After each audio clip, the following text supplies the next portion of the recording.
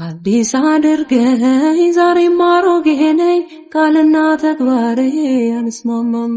እንዴት ናችሁት ወንድሞቼ? እኔ በጣም ደህና ነኝ፣ እግዚአብሔር የተመሰገነ ይሁን። የቅድስት ድንግል ማርያም ልጅ የዚህ የአፋርን ጉዳይ የኤርታሌን ጉዳይ ተከታተሉ ብያችሁ ነበር። እኔም አዲስ ነገር ሳገኝ መጥቼ አፕዴት አረጋችኋለሁ ብያለሁ።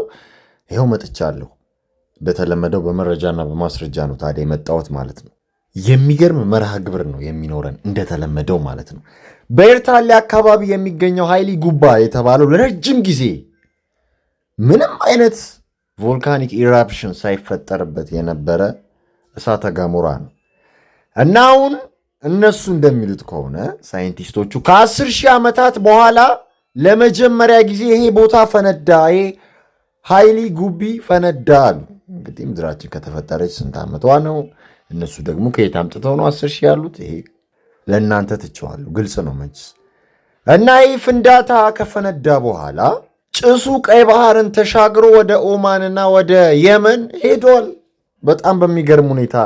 እንዲሁም ጉዳዩ አንዳንድ ሳይንቲስቶችን ግራ እንዳጋባውላን የሰማሁት ነገሩን በጣም ለመመርመር እስከሚቸገሩ ድረስ እንዲህ ያለው ፍንዳታ በታሪክ ታይቶላ አይታወቅም እስከ መባል ደረጃ ደርሷልና ኃይሊ ጉቢ ከኤርታሌ እሳተ ገሞራ በዚህ በደቡብ ምስራቅ 15 ኪሎ ሜትር ርቀት ላይ የሚገኝ ነውና ይሄን ቦታ በምድር ላይ ካሉት በጣም አክቲቭ ከሆኑ ንቁ እሳተ ገሞራዎች አንዱና የማያቋርጥ የላቫ ሐይቅ እንደሆነም ነው የሚነገረው ማለት ነውና በጣም ከፍተኛ ፍንዳታ ነበር የተፈጠረው በትላንትናው ዕለት።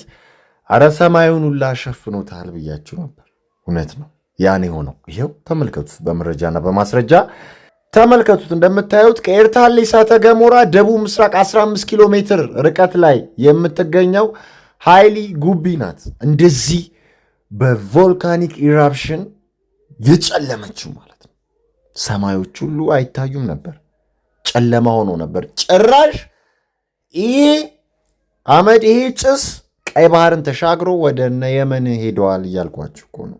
አረ እንዲሁም አንዳንድ የህንድ ሚዲያዎች ላይ እንዳየሁት ሳውዲ አረቢያን አልፎ ኢራንን አልፎ ወደ ህንዱላ ተጉዘዋል። ይኸውላችሁ በዚህ መልኩ ማለት ነው። በጣም አስፈሪ ነበር። ከዚህ በፊት ታይቶ የማይታወቅ ነገር ነው የተከሰተው። ሀገራቶችን አልፎ የሚሄድ የደመና ጭስ ማለት ነው፣ አመድ። አንዳንድ ሳተላይት ኢሜጆች በዚህ መልኩ ነው የሚያሳዩት። በጣም አስደንጋጭ የሆነ ምስል ነው እንደምታዩት። ከላይ ሲታይ ምን ያህል ሂውጅ እንደሆነ ምን ያህል ግዙፍ እንደሆነ ነው ይሄ ኢራፕሽን ይሄ ፍንዳታ የምታዩት ማለት ነው። እና በዚህ ኃይሊ ጉቢ አካባቢ የተፈጠረው ኤክስፕሎሲቭ ኢራፕሽን በታሪክ ከተመዘገቡ ከፍተኛ ፍንዳታዎች መካከል በቃ የመጀመሪያው ሆኗል ማለት ነው እንደምታዩት ማለት ነው። እና በጣም የሚገርም ነው። እና በዚህ መልኩ ነበር ሬድ ሲን ተሻግሮ ወደ ሳውዝ ዌስተርን አረብ ሀገራት ሲሄድ የነበረው። ከዛ እንዳልኳችሁ እነ ሳውዲ አረቢያን እነ ኢራንን ከዛ በኋላ ወደ ህንዱላ እየተጓዘ ነው ያለው። ተጉዟል ምን የተባለውና የአየር መንገዱን ሁላ ሲያጨናንቀው ነበር ነው የተባለው። እውነትም ነውና ኤርታሌ ውስጥ የተያዘው ስፕሪት የታፈነው ስፕሪት ሲተነፍስ ለመውጣት ሲሞክር ነው ይሄ የሚሆነው። እዚህ ቦታ ላይ የሚገርማችሁ ነገር የዓለም ሀገራት ከበው ቁጭ ብለዋል። እንደተነጋገር ነው ከዚህ በፊትም ይሄው ቦታው ላይ ተመልከቱት፣ እዩት። አሁን የፈነዳበት ቦታ አካባቢ ማለት ነውና ያውቁታል። የሚጠብቁት አካል አለ። እሱ እንዲወጣ በርትተው የሚሰሩለት አካል አለ። እዛ አካባቢ እነ ካናዳ፣ እነ ዴንማርክ፣ እነ ፍራንስ፣ እነ ጀርመኒ፣ እነ ተርኪ፣ እነ ብሪታንያ፣ እነ አሜሪካ፣ እነ ራሻ ቁጭ ብለዋል ተሰብስበው ኔቪያቸውን ይዘው ማለት ነው። አኮርዲንግ ቱ ዊኪሊክስ ዘገባ እዛ አካባቢ ከፍተኛ ቮርቴክስ ተከፍተዋል፣ ወደ ሌላኛው ዳይሜንሽን የሚወስድ ወይንም የሆነ ሚስጥራዊ ቦታ አለ ብለው ያምናሉ። እና እዛው የተጠጋጋ ነው። በቃ ቀይ ባህርን ገልፎ ፌደን አካባቢ ምናምን በጣም የሚፈልጉት ቦታ ነው። ይሄው አሁንም እየፈነዳዳላቸው ነው፣ እየጠበቁ ነው። ከዛ ጋር የተያዘ ነው። አፍሪካ ለሁለት ስፕሊቲንግ ታረጋለች፣ ቱ ኮንቲነንት ትሆናለች የሚባለው በኋላ ላይ እናየዋለን። እና ሂብሴ እዛ አካባቢ ቮርቴክስ አለ ተብለው ነው ቁጭ ያሉት የተሰበሰቡት። እነሱ ግን በቃ ማፊያዎችን ነዳጁ እንዳይጉላላ እንደዚህ ያሉ የባህር ላይ ወንበዴዎችን ለመከላከል እና ያው የጦር ቤዝ አካባቢ ለማስፈር ነው፣ ያው ቦታውን ለማረጋጋት ሚድል ኢስቱን በሚል ነው የተቀመጡት። እና ለዚህ አንዱ ማሳያ ካፒቴን ፊሊፕስ የተሰኘው ፊልም ነው። በዚህ ፊልም ነግረውናል፣ ውሸታቸው ማለት ነው። ዋናው ዓላማው ግን የነገርኳችሁ ነው። ዘንዶውን እየተጠባበቁት ነው። አፍሪካን ለሁለት ስፕሊቲንግ የሚያደርገው ስፕሪት እየተጠበቀ ነው ያለው። እዛ አካባቢ ዲፕ ኢንሳይድ ገብተው እየጎረጎሩ እየቆፈሩ እንደሆነም በመረጃና በማስረጃ ከዚህ በፊት አይተናል። ይውላችሁ በጄቲቪ ላይ የሚተላለፍ አንድሮሜዳ የተሰኘ ፕሮግራም ነበር እንደምታውቁት። እና ይሄ ፕሮግራም እንግዲህ የሚተላለፈው በዶክተር ሮዳስ አማካኝነት ነው። ታዲያ አንድ ህፃን ልጅ ያቀርብ ነበር በጊዜው አይደለ እንዴ? ህፃን ሮቤል የተባለ እና ይሄ ልጅ በጣም ጎበዝ ልጅ ነው። ያው ሳይንሱና መንፈሳዊውን እየቀላቀለ ነው በእርግጥ የሚያወራው፣ ግን ጥሩ ነው ለማወቅ ያለው ፍላጎት እና ዓለምን የሚያውቅበት መንገድም መልካም ነው። እና ይሄ ልጅ የኔን ሀሳብ ይናገር ነበር ለካ፣ ተናግሮ ነበር ለካ። ኢትዮጵያ የገነትም መገኛ ነች፣ የሲኦልም መገኛ ነች ይላል። እንዲሁም ስፔሲፊክሊ ቦታው ሁላ ሳጥናኤል ሉሲፈር የታሰረበትን ቦታ ይናገራል ማለት ነው። የት? ኤርታሌ እዛው እሳት ውስጥ ነው የታሰረው ብሎ ይናገራል። እና በጣም ነው ፋሲኔት እያደረገኝ፣ የሚገርም ነው፣ ጥሩ ነው። በዚህ ሀሳብ ዙሪያ ብዙ ጊዜ ስልበት ቆይቻለሁ እንደምታውቁት ከእርዝኩዌኩም ጋር አያይዤ እና እዛ አካባቢ ከባድ ነገር አለ። አሁን የትግራይም ጦርነት በዛ በኩል እንዲመጣ የሚፈለገው ዳትስ ዋይ ለዛ ነው። እና እዛ አካባቢ ከበው ብዙ ነገር ሪሰርች እያደረጉ ነው፣ ግልጽ ነው። እና እስቲ የህፃን ሮቤልን ምልከታ ሰምተን እንመለስ። መጽሐፈ ሄኖክ ላይ ማለት ነው። በጣም ምርጥ መጽሐፍ ነው። በኢትዮጵያውያን የተሰየመ ከፈረንሳይ የመጣው እዚህ ሰራና እዛ ፈረንሳይ ይሄዳል፣ ከዛ ተመልሶ ይመጣል። ይሄ ነው እንጂ እዚሁ ተሰርቶ ነው። እና ምንድነው የሚለው አዳምን መጀመሪያ ምድር ላይ ነው የፈጠረው፣ ያውን ከጣና ሐይቅ አጠገብ ማለት ነው። ከጣና ሐይቅ አጠገብ ከፈጠረው በኋላ በ40 ቀን ወደ ገነት አስገባው። ወንድ ልጅ በ40 ቀኑ ጥምቀት እንደሚጠመቀው፣ ሔዋንን ደግሞ ከግራ አጥንቱ ጎን ቆርጦ ወስዶ አንድ ትንንሾች ወስዶ ከሰራት በኋላ በ80 ቀን አስገባል። በ80 ቀን ሁሉ እንደምትጠመቀው ሁሉ ማለት ነው ሴት። ስለዚህ ከዚህ ጋር ግንኙነት አለው። እነዚህ ነገሮችም ከኢትዮጵያ ነው የመጡት። እንዲሁም አራቱ ታላላቅ ወንዞች የሚባሉ አሉ። ኤደንን የሚያጠጣው አትክልት ወንዝ ይሄ ዘፍጥረት ላይም አለ የምናውቀው መጽሐፍ ቅዱስ ላይ ማለት ነው። አራት ወንዞች አሉ። ኤፌሶ እነዚህ ማለት አራቱን እነ ኢፊሶን፣ ጤግሮስ፣ ጊዮን፣ ኤፍራጥስ የምንላቸው ወንዞች አብዛኛው ከአፍሪካ ብዙም የተለዩ አይደሉም። እነ ጤግሮስና ኤፍራጥስ እዛው ግብጽ አካባቢ ምናምን የሚገኙ ናቸው። እነ ኤፌሶንም እንደዛው ሐዊላ የምትባል ምድር አካባቢ ነው የሚፈሰው።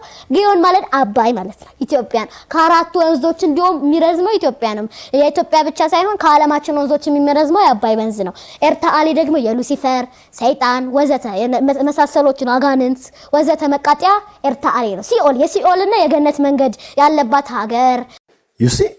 ስለዚህ እኔ ብቻ አይደለሁም እንዲህ ያለ አመለካከት ያለኝ ስለ አፋርና ስለ አካባቢው ማለት ነው። ገባችሁ አይደለ? ይህም የህፃን አዋቂ ያንን ብሎ ተናግሮ ነበር ከዶክተር ሮዳስ ጋር እንግዲህ ኢንተርቪው ባረገበት ወቅት ማለት ነው። እና ያው በዴይ ሰቨን አይተናል በመረጃና በማስረጃ። ሉሲን አፋር አገኘናሉ። ሉሲና አፋር አንድ ላይ ስታገኙት ፕሮናውንስ ስታደረጉት እንዲሁም ሉሲ አፋር የሚለው የሚሰጣችሁ በግልጽ ማለት ነው። ስለዚህ የሉሲፈር መገኛ አፋር እንደሆነ በጣም ሰብሊሚናል ሜሴጅ ነው የሰጡን።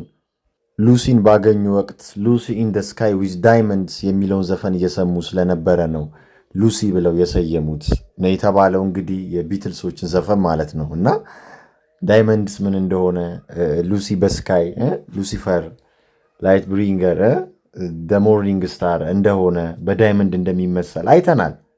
ይህን ዘፈን የጻፈው ሰውዬ ሲናገር ቃለመጠይቁን አሳይቻቸዋለሁ።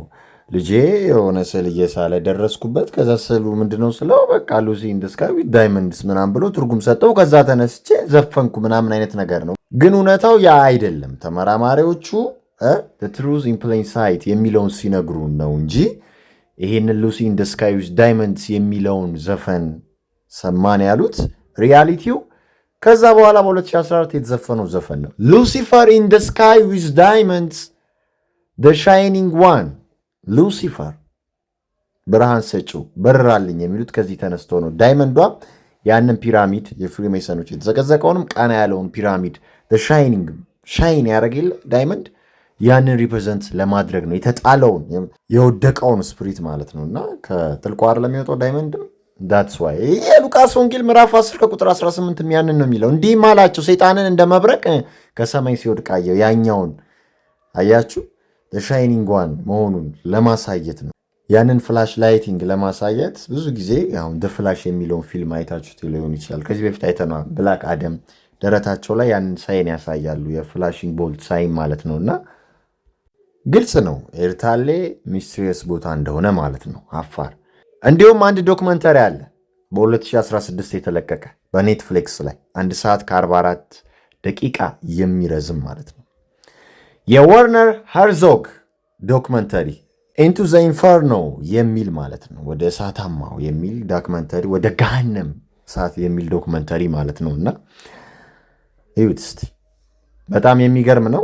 ያው ይሄኛው ሪሰርቸር እንግዲህ ኢትዮጵያን፣ ኖርዝ ኮሪያን እንዲሁም ደግሞ ኢንዶኔዥያን ጭምር ቮልካኖስ የሚገኝባቸውን አካባቢ የጎበኘበት ዶክመንተሪ ነው እና በጣም የኢትዮጵያው አስፈሪ እንደሆነ ይታያል። የገሃነም በር የተባለው ለዛ ነው፣ ጌትዌይ ቱ ሄል የተባለው ማለት ነው። እና ከዚህ ከአፍሪካ ቱ ኮንቲነንት ከመሆኗ ጋር የተያያዘ ነው። ስፕሊቲንግ ከማድረጓ ጋር ስፔሲፊክሊ እዛ ቦታ ላይ ነው ይሄ የእሳተ ገሞራ ፍንዳታ የተፈጠረው ማለት ነው። እና ያው ቀስ እያለ ስፕሊት እያደረገ ነው ያለው። እስቲ ምና ይሆናል ሪቪልሲ የሚሆነውን ደግሞ ማለት ነው። ግን አሁንም ቢሆን እንዳልኳችሁ ነው፣ ይሄ ነገር የሚቆም አይደለም። እደግመዋለሁ ዛሬ ከዚህ የባሰ ነገር ልናይ እንችላለን። ኢማጂን ኢትዮጵያ ውስጥ የተፈጠረ ክስተት ሀገር አቋርጦ ሌሎች ሀገራት ላይ ሄዶ ኢምፓክት ሲያደርግ ተጽዕኖ ሲፈጥር ማለት ነው። ሰማይ ሲሸፍን ማለት ነው። ምን ያህል ፓወርፉል የሆነ ነገር ቢኖር ነው ከዛ መሬት ስር ማለት ነው። እዛ አንደርወርልድ ውስጥ ምንድን ነው ያለው? ያንን እንግዲህ ከማገኘው መረጃና ማስረጃ እግዚአብሔር እንደገለጠልኝና እንዳሳወቀኝ መጠን ፈጣሪ በእኔ ውስጥ እንደመስራቱ ማለት ነው። ያ ሲሆን መጥቼ ለእናንተ አዳዲስ ኢንፎርሜሽኖችን አዳዲስ መረጃና ማስረጃዎችን ለማድረስ ለማካፈል እሞክራለሁ። እንዳሁኑ እንደማደርገው እንደ ሁልጊዜውም እንደማደርገው ሁሉ ማለት ነው። እና ዓለማችን በጣም ከፍተኛ ነገር እያስተናገደች ነው ያለችው። ከፍተኛ አደጋ እያስተናገደች ነው ያለችው። ይሄ የሚሆነው ደግሞ ከመጨረሻው ዘመን አንጻር ነው ማለት ነው። የመጨረሻው ዘመን ላይ እንደመሆናችን ዓለማችን ላይ ብዙ አዳዲስ ክስተቶችን እናያለን፣ እንታዘባለን ማለት ነው። እየሆነ ያለው ነው እንግዲህ በየጊዜው እየመጣው በመረጃና በማስረጃ ማሳያችሁ ይሆናል ማለት ነው። ዘመኑን መዋጀት ስላለባቸው ዓለም ምን እየሆነች ለማ እየተገዛች ህዝቦቿስ በምን አይነት መንገድ በምን አይነት ሲስተም ቁጥጥር ውስጥ እየገቡ እንደሆነ ማወቅ አለባችሁ። ከዛ መንቃት መጠንቀቅ የሚመጣውን ማወቅ አለባችሁ። ከዛ ለንስሐ መዘጋጀት አለባችሁ። ንስሐ መግባት አለባችሁ። የማቴዎስ ወንጌል ምዕራፍ 24 እኮ ያንን ነው የሚለው። ደቀ መዛሙርቱ ጌታችን መድኃኒታችን ኢየሱስ ክርስቶስን ጠየቁት አይደለ? በቃ የመምጣት ምልክት ምንድን ነው? የዓለም መጨረሻስ ምልክቱ ምንድን ነው ሲሉት ምን አላቸው? ከቁጥር 4 ጀምሮ እዩት። ኢየሱስም መልሶ እንዲህ አላቸው ይላል፣ ማንም እንዳያስታችሁ ተጠንቀቁ። ኦኬ፣ ስለዚህ ብዙ አሳች ይመጣል፣ ብዙ ዲሲቨር፣ ብዙ ትሪከር፣ ብዙ ቀጣፊ፣ ብዙ አታላይ ይመጣል። ኦኬ፣ 5 ላይ ብዙዎች እኔ ክርስቶስ ነኝ እያሉ በስሜ ይመጣሉና ብዙዎችንም ያስታሉ። በሱ ስሜ ይመጣሉ። እኔ ክርስቶስ ነኝ፣ እኔ ተቀባው ነኝ፣ እኔ ነብይ ነኝ፣ እኔ ፓስተር ነኝ፣ እኔ ከሌ ነኝ፣ እኔ የዘመኑ ሰው ነኝ፣ እኔ መሪያችሁ ነኝ፣ እኔ አድራጊ፣ እኔ ፈጻሚ ነኝ የሚሉ አሉ። ይኸው ተነግሮናል። 6 ላይ ምን ይላል? ጦርንም የጦርንም ወሬ ትሰሙ ዘንድ አላችሁ፣ ይህ ሊሆን ግድ ነውና ተጠበቁ፣ አትደንግጡ። ዳሩ ግን መጨረሻው ገና ነው። ይኸው ዓለማችን በጦርነት እየተተራመሰች ነው፣ እየተበጠበጠች ነው አይደለ እንዴ? ያው ለአማልክቶቻቸው ለነ ማርስ ጋድ ኦፍ ዋር ነው እንግዲህ እንደምታውቁት፣ ደም እየፈሰሰ ነው፣ እየተገበረ ነው። ለሌሎችም አማልክቶች ለበዓልም ለጎት ኦፍ ሜንዴዝ ለባፎሚቱ ማለት ነው።